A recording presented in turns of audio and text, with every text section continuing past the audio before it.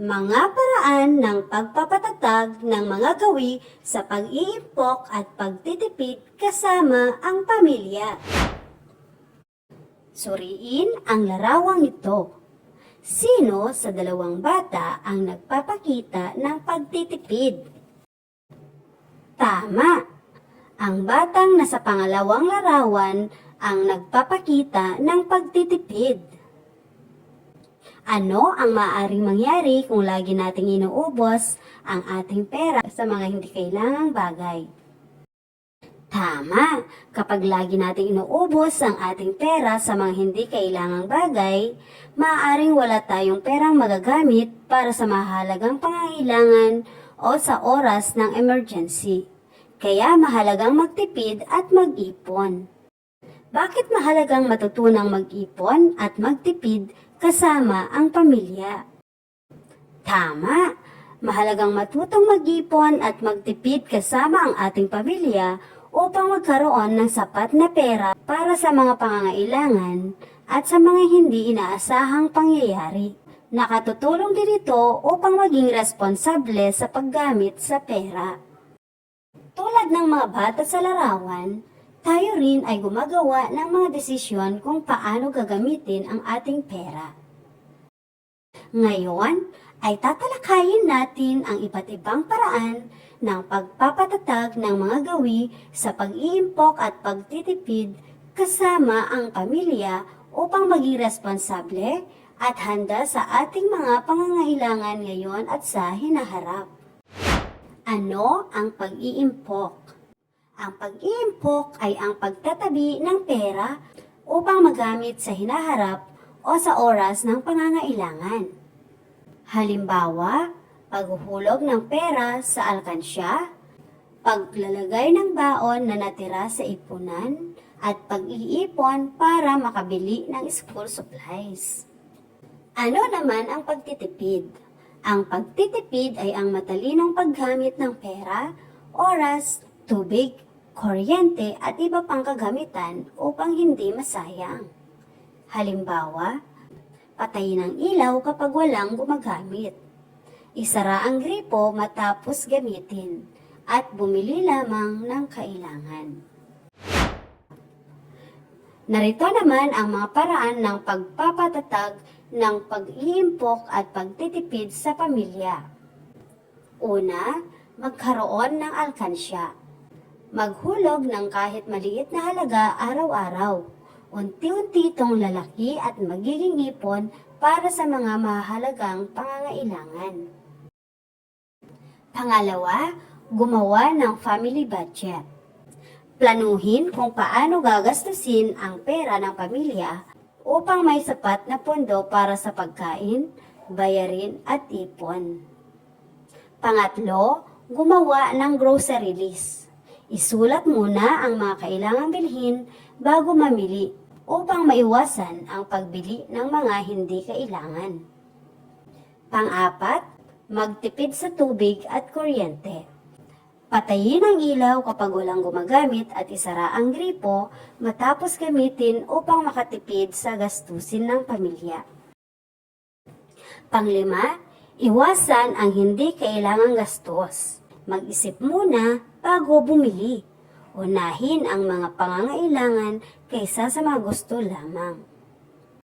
At ang pang-anim ay mag-ipon bilang pamilya. Magtakda ng iisang layunin sa pag-iipon tulad ng pambili ng school supplies, pang-bakasyon o pang-emergency. Mas madaling makaipon kapag nagtutulungan ang buong pamilya. Ngayon, basahin at suriin ang bawat sitwasyon.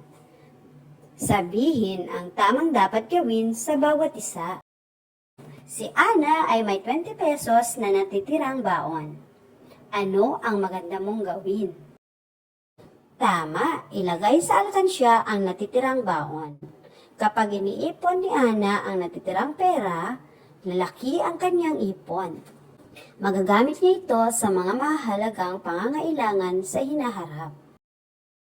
Pangalawa, bago mamili ang pamilya, gumawa sila ng grocery list. Ano ang naitutulong ng paggawa ng grocery list? Tama! Nabibili lamang ang mga kailangan. Ang grocery list ay gabay sa pamimili. Nakatutulong ito upang maiwasan ang pagbili ng mga bagay na hindi kailangan at makatipid sa gastusin. Umalis si Ben sa silid, ngunit naiwan niyang bukas ang ilaw. Ano ang dapat gawin? Tama! Balikan at patayin ang ilaw. Ang pagpapatay ng ilaw kapag walang gumagamit ay nakatutulong sa pagtitipid ng kuryente at pagbabawas ng gastusin sa bahay. Ngayon, subukan natin kung natutuhan ninyo ang pagkakaiba ng pangangailangan at kagustuhan sa pamamagitan ng pagsagot sa sumusunod na gawain. Panuto, sabihin kung pangangailangan o kagustuhan ang nasa bawat bilang.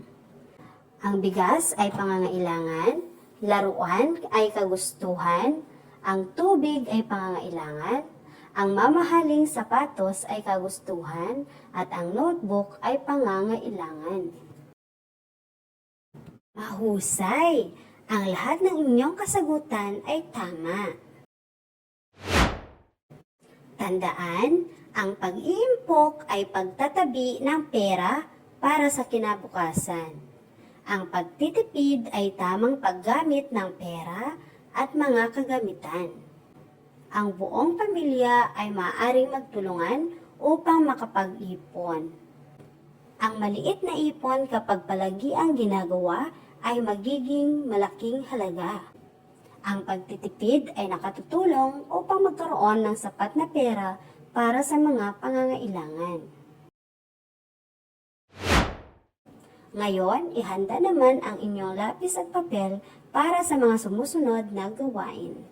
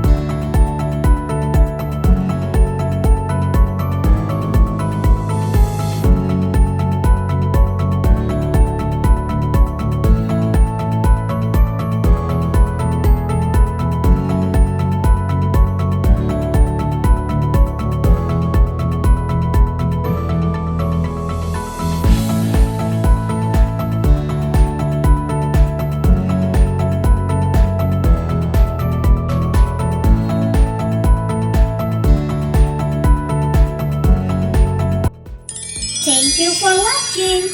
Please don't forget to like, share, and subscribe and turn on the notification bell so you'll be updated for our next lesson. Goodbye and see you next time!